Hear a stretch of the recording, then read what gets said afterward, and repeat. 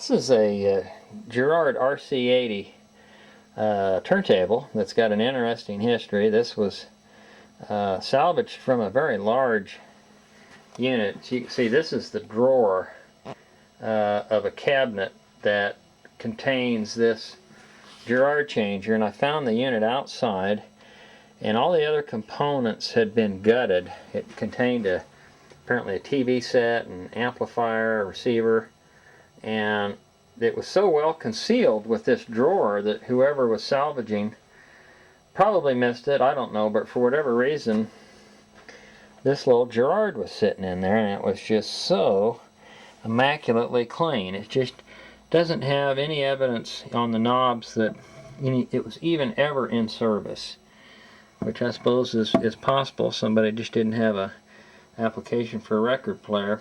It needs some service. It's missing, I believe, something that covers this. It looks different than a lot of our other changers. So I have to look into that. And I started looking at this thing here and pulled off the turntable, and I noticed that all of the grommets around the motor housing here were totally rotted away. So I just got done replacing those with some little grommets that we use quite often here at the shop for this very problem.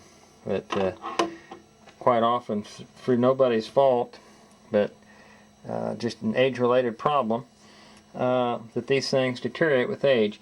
This particular model here also has a couple of small belts that they're still functioning, but I put it back in service, wasn't able to get any kind of smooth action there, so I'm going to start a little repair journal here and remove this drive wheel, kind of refurb it. I'm going to make an attempt to replace these belts. We've probably got something over at Retro that can fit in this, and so we'll start working on this thing because it's a really pristine unit.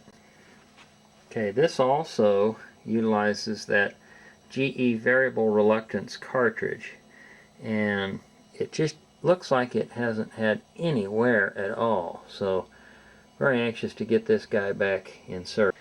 Another side note here at we're in the lab portion here at B Street Studios. This is our other studio. Retro Electronics is located 2 or 3 blocks up the road, and this is near that, and it's actually just it's another repair shop for stuff here in the station and our little repair area that we've set up, and also for, of course, equipment storage. We've got a lot of stuff that just future projects, some old Fisher amplifier and tuner, bunches and bunches of these little 45 changers that I just really love messing with those. Some Heathkit amps and preamps. There's an old Webcore record player that still in pieces over here. There's another coffee grinder. Another little 45 changer. I don't know how many of those I've gotten. I've probably got close to 20, I'd say.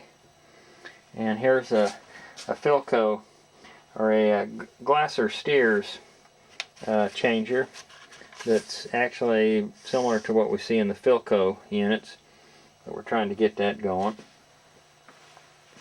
Anyway, I just thought I'd share a little note with you there on one of the other aspects of B Street Studios that we have here. Here's an old Baldwin tone cabinet.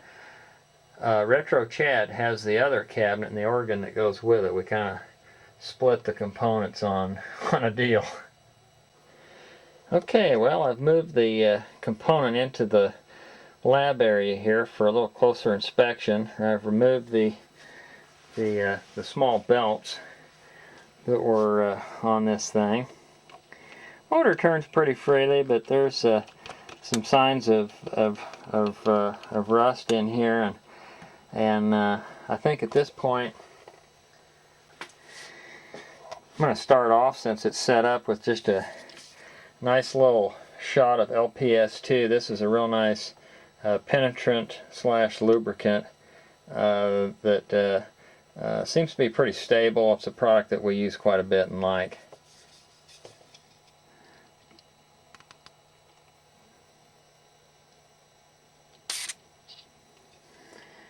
Generally don't like to use too much of that stuff, but on a component that's sat up for a long time and there's just hasn't been a lot of movement, I like to put it in there a couple days ahead of it, and ultimately we'll remove the motor and disassemble it and clean it thoroughly. But just to kind of give it a test, wanted to give it a little shot of LPS2.